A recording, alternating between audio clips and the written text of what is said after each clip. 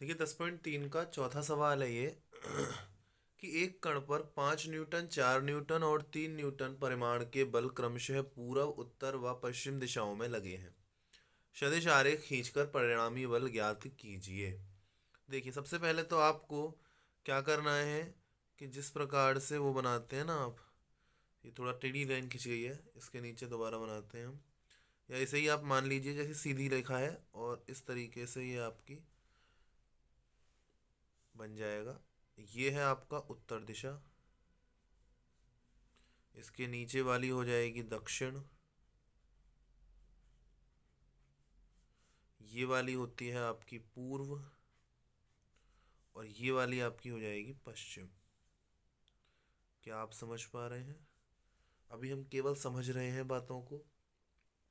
तो देखो 5 न्यूटन का जो बल है वो पूर्व दिशा में लग रहा है, तो पूर्व दिशा में कितने न्यूटन का बल है? 5 न्यूटन का। ठीक जी। आगे जो 4 न्यूटन का बल है वो उत्तर दिशा में लग रहा है, तो उत्तर दिशा में कितने न्यूटन का बल है? 4 न्यूटन का। एन बना दिया मैंने, एन मतलब न्यूटन, ठीक है। और जो 3 न्यूटन का जो बल है वो आपका पश्चिम दिशा में लग रहा है, तो पश्चिम दिशा में जो मेरा बल है वो है 3 न्यूटन का। बल का मात्रक न्यूटन होता है, हम सभी जानते हैं। ठीक है।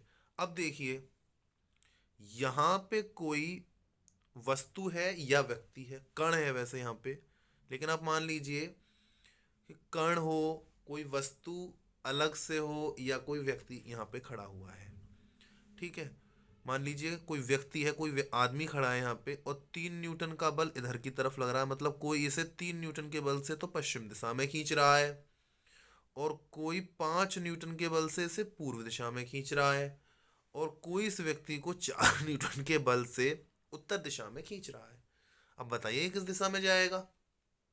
वो बात हम करेंगे। पहले देखो जो पश्चिम और पूर्व में जो आपका बल लग रहा है, मतलब मान लीजिए आप यहाँ खड़े हैं, आपका एक हाथ इधर है और दूसरा हाथ पूर्व दिशा में है। ठीक है।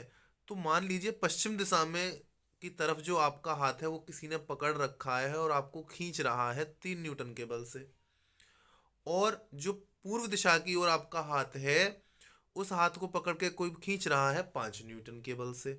तो बताइए आप किस तरफ जाइएगा?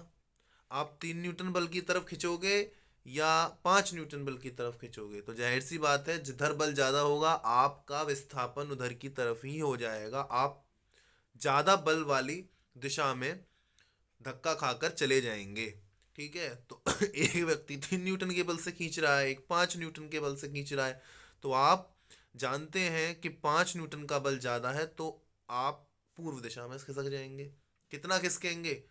कितना बल लगेगा? देखो 5 इधर लग रहा था, 3 इसकी विपरीत दिशा में लग रहा था, तो यहाँ पूर्व दिशा में जो आपका बल माना जाएगा वो 5 में से 3 घटा दीजिए, तो आप 2 न्यूटन के बल से पूर्व दिशा में आप खिंचे चले जाएंगे। तो देखिए इसको हम फिर से बना देते हैं। ये यहाँ पे आप थे, इस तरफ तो आप जो पूर्व दिशा है उसमें आ गए आप 2 न्यूटन के बल से। क्यों? 5 तो इधर पूरा लग रहा था, अगर यहाँ कोई बल नहीं होता, यहाँ पश्चिम दिशा में कोई बल नहीं होता, 0 न्यूटन होता, तो आप पे कितना बल माना जाता पूर्व दिशा में? 5 न्यूटन। लेकिन पश्चिम की दिशा में भी कितना लग रहा है? 3। ठीक है।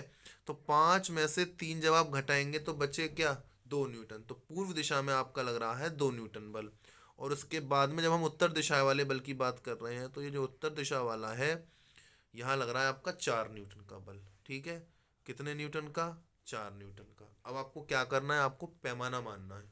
क्या? कि 1 न्यूटन बराबर 1 सेंटीमीटर। आप पैमाना कुछ भी मान सकते हैं। 1 न्यूटन बराबर 2 सेंटीमीटर भी मान सकते हो, 1 न्यूटन बराबर 4 सेंटीमीटर मान सकते हो, जैसी आपकी सहूलियत हो। अगर आपको लग रहा है कि जो आपको मान दिए गए हैं वो छोटे छोटे हैं, तो आप एक को एक ही मानिए, 1 न्यूटन को 1 सेंटीमीटर मानिए, 1 मीटर प्रति सेकंड को भी 1 सेंटीमीटर मानिए, 1 किलोमीटर प्रति घंटा को भी 1 सेंटीमीटर मानिए।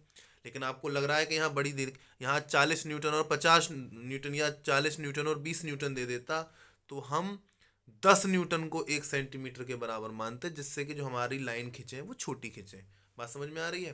तो जब 1 न्यूटन बराबर 1 सेंटीमीटर है तो भैया 4 न्यूटन कितने सेंटीमीटर के बराबर हो जाएंगे? ये 4 सेंटीमीटर के बराबर हो जाएंगे। और जो आपका 2 न्यूटन है वो आपका 2 सेंटीमीटर के बराबर हो जाएगा। क्या आप समझ पा रहे हैं? तो बस आपको क्या करना है, इधर तो 2 सेंटीमीटर की रेखा खींचनी है एक।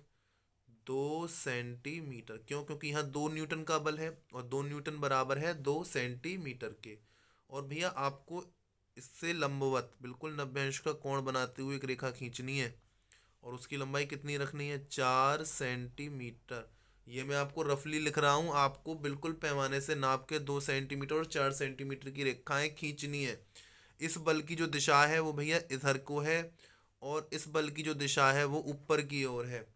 ठीक है। अब बताइए मुझे, जो परिणामी होगा उसकी दिशा क्या होगी? देखो परिणामी ऐसे आएगा, इस रेखा को आप मिला देंगे। ठीक है। तो या तो इस रेखा को निकालने के लिए आप पाइथागोरस की प्रमेय लगा देंगे। देखो ये लंब हो गया और जी ये आधार हो गया। आपको ये कर्ण निकालना है तो पाइथागोरस की प्रमेय लगाएंगे, वहां से भी आ जाएगा। या जब आप एक्चुअल नाप की 2 सेंटीमीटर की पैमाने से यहाँ खींचोगे और 4 सेंटीमीटर की यहाँ खींचोगे और जब इसे मिलाओगे तो ये वाली जो रेखा आई आपकी, जो कर्ण आया है, आप इसे पैमाने से नापिए। जब नापोगे तो यहाँ एग्जैक्ट जो इसकी लंबाई होगी वही आपका परिणामी बल होगा। क्या होगा? परिणामी बल। हम बताएं कितना होगा? ये होगा 4.5 के करीब में। आप इसे नाप के देखिएगा। ठीक है, 4.5 न्यूटन के लगभग में ये आएगा। चलिए फिर क्या कह रहे हैं, इसकी दिशा क्या होगी? तो देखो त्रिभुज के नियम से हमें पता है ये इधर को है और ये इधर को है, तो इसकी दिशा किधर को हो जाएगी? ऊपर की ओर। समझ रहे हो? देखो यहाँ ये गया और फिर ये ऊपर गया, तो ये इधर को ये जाता है ना त्रिभुज के नियम से। अब देखेंगे जरा, अब हम बताएंगे इसका कोण, कि कोण क्या होगा। तो देखो कोण जो बताना है हमें वो आप कैसे बताएंगे? आप चांदे से नाप लीजिएगा। कैसे नापेंगे? चांदे से।